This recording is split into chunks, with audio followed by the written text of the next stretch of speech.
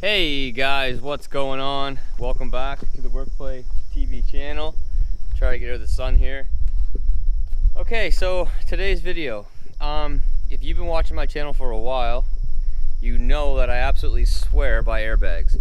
I have airbags on my 2017 250. I've got airbags on my 2017 550, and I had airbags on my 2007 Tundra, God rest its soul. I don't have airbags on my new 350 yet, my 2019, but there will be for sure. So the airbags that I ran to begin with were Loadlifter, Airlift Loadlifter 5000s with the Airlift Wireless one onboard compressor. I had those in my Tundra and I installed them to where the instructions say. I did everything they say, you know, in sort of cold climates. It's a good idea to put like a drop or so of lubricant or oil inside the compressor there, or in the lines, and I did that, and I had issues with those after about a year and a half. I live in Nova Scotia. We get a lot of moist, damp weather and a lot of fluctuation in weather. We get really cold days in the winter, could be minus 15, minus 20 Celsius, I'm not sure what that is in Fahrenheit, and the next day it could be +1. So you get a lot of condensation and freezing, and I had issues with the compressor. The compressor burnt up. It was popping fuses, so I had to replace the compressor, and we actually moved it closer to the engine where it gets more heat. And for the most part, that seemed to do it. When I sold that truck, the compressor was still working. So it seemed to take care of the issue.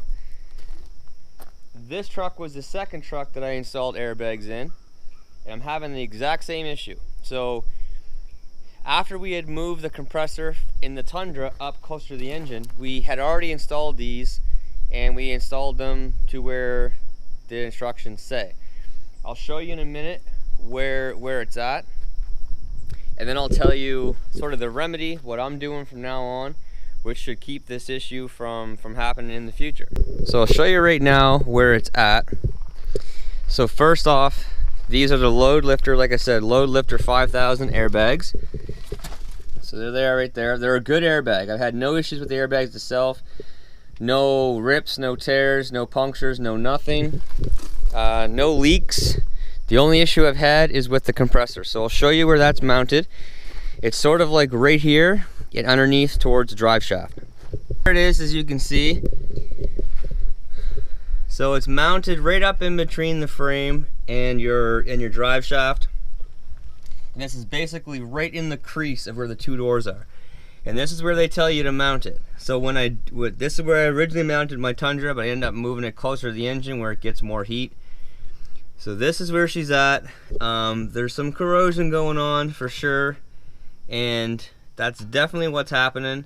I don't even need to check it. You know, I know that the compressor is condensated and it's burnt up. Okay. So at the time when I installed my airbags in my 550, which I actually put Firestones in, I gotta check to see exactly what those ones are, but they're a really good airbag. They're a heavier duty one for sure, because I carry 30,000 pounds in that truck. So what I did in that one, because I knew that I knew I was gonna have issues with condensation.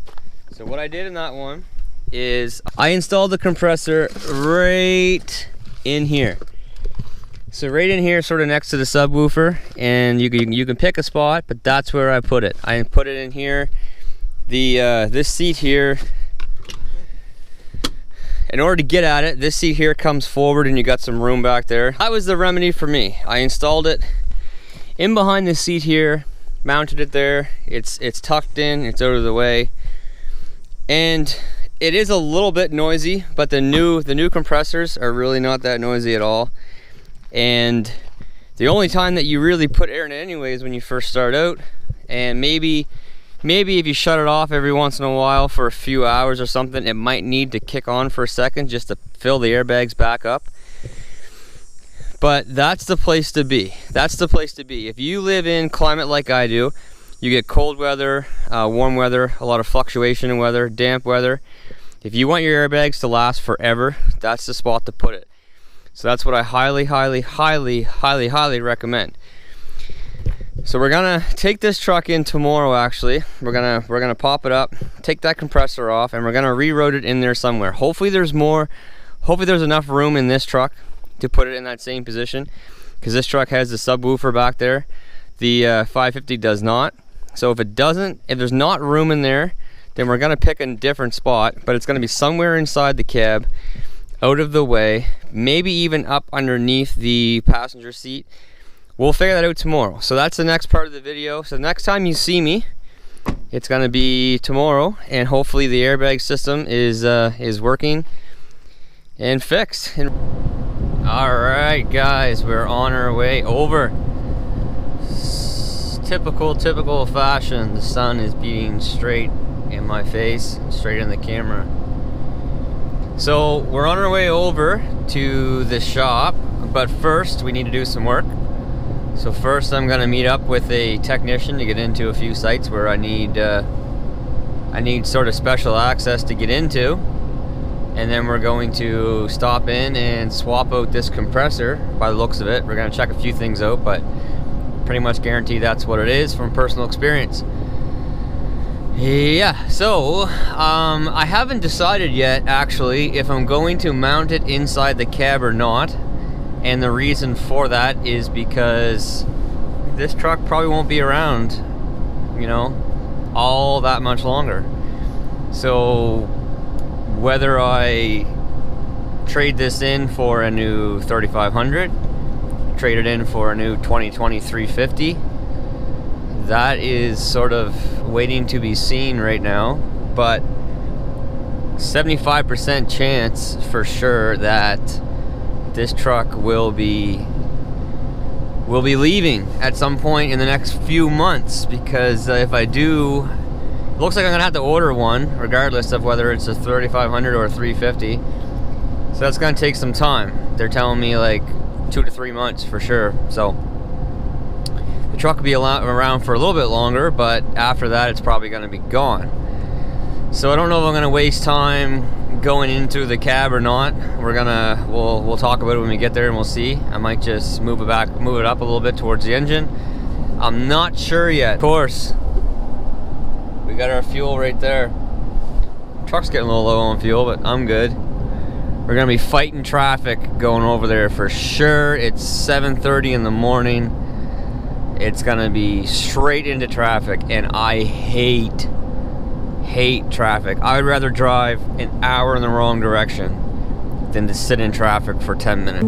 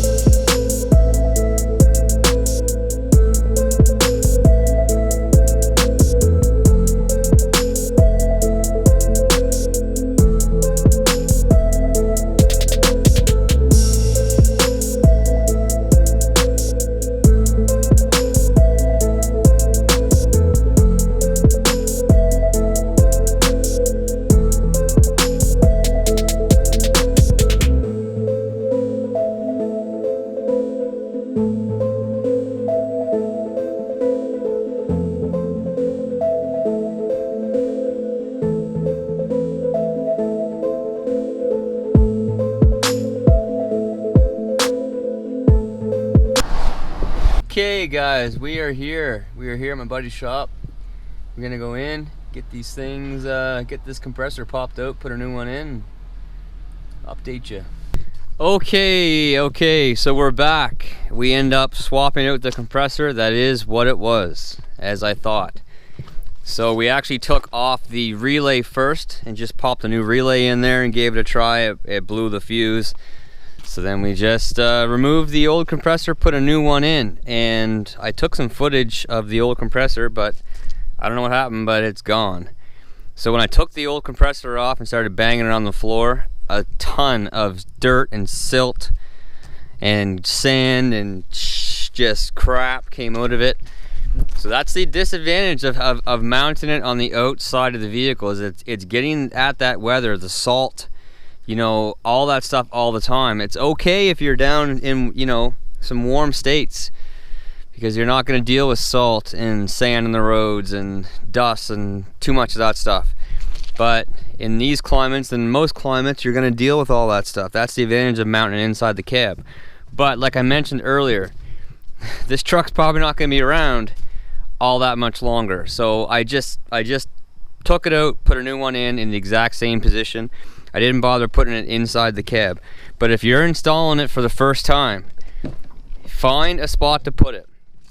Now I'll get underneath and I'll show you the compressor, but where I would put it if I was gonna do it today, I would put it either underneath here in the back right there or on this back wall. But I didn't want to go, you know, drilling into anything where I don't know if I'm gonna have the truck all that much longer. But I would put it right around here somewhere, away from the subwoofer, or on the passenger side is where I'd put it.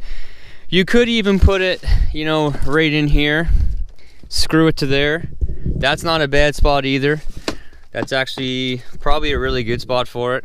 You could put it here, but it's gonna rattle a bit when it turns on and you're gonna lose a little bit of your storage here, but that's up to you guys. But I'll go underneath and I'll show you. I just ended up putting it right back in the same position. Okay, so there is the new compressor. You can see we just tapped into the lines, popped the hose back on, and good to go. So there's like vents on the front and on the back, and that's where the salt and crap gets in at. That's what happens. So the condensation and the water and the salt and crap gets in there and then burns these things out. So if you're going to install one of these for the first time, do yourself a favor, put it on the inside and you'll have nothing to worry about. That's the only thing that ever happens to these is the compressors burn out. The system itself is very good. I really like it. But with these compressors, they don't last out in the crappy weather. I'm actually going to get to test this thing out right now firsthand. I'm going to hook up to the big techs. I have some garbage I got to clean up that got dumped at a site, so I got to go clean that up. So I'm actually going to hook that up right now. I'm going to take all the air out. I'm going to see just how much it lowers the truck, and then I'm going to put some air into it to bring it back up. So what we're going to do is we're going to measure. We're going to back up there. We're going to measure our height before we load it on. So I'm going to drop the air because I do generally run it with about 15 pounds in there. So I'm going to drop it down to 5. There, you can hear it bleed in the air. Everything's working good right now.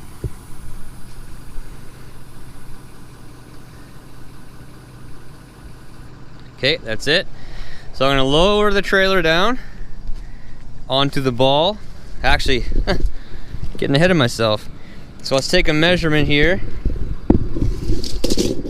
Okay guys, from the ground straight up through to the hub, we have 44 3/4. Yeah, 44 3/4 to the top of the crease of the wheel well. 44 3/4. So let's lower this down. All right guys, so she is on the ball. No weight on the ground. Let's take a look at now. So it was 44 3/4 before.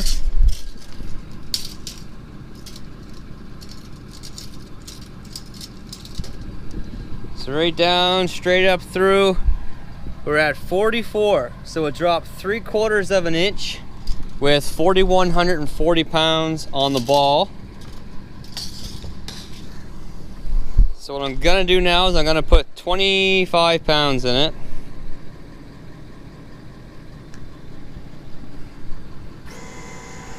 Compressor.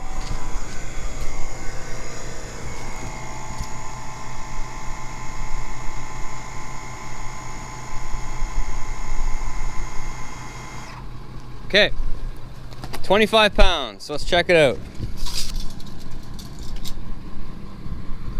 So we're at 44 3/8 right now. So I'm gonna bring it up a little bit more. I'm just gonna take it to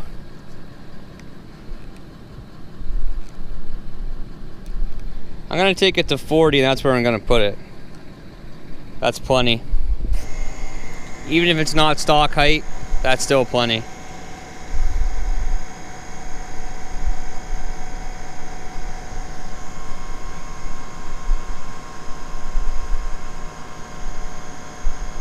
Okay, let's just check it out for curiosity to see how close we are.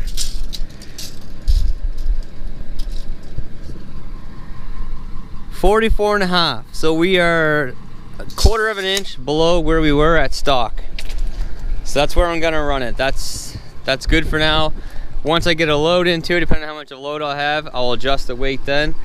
But 4,140 pounds on the ball. I put 40 pounds in it with the Airlift Wireless 1 compressor and the Loadlifter 5000 airbags. So anyway guys, for now that's gonna do it. That's it. So if you're in the market for airbags and you're thinking about the Wireless 1 onboard compressed system, please do what I'm telling you to do. If you live in anywhere where you get cold weather, salt, sand, wet, any of that, you're gonna have the same issues I have eventually. Maybe if you take the compressor off every once in a while and, you know, clean it out, blow it out with a hose or something, you might be all right. Not a hose, but an air hose. You might be all right, but just mount it inside the cab.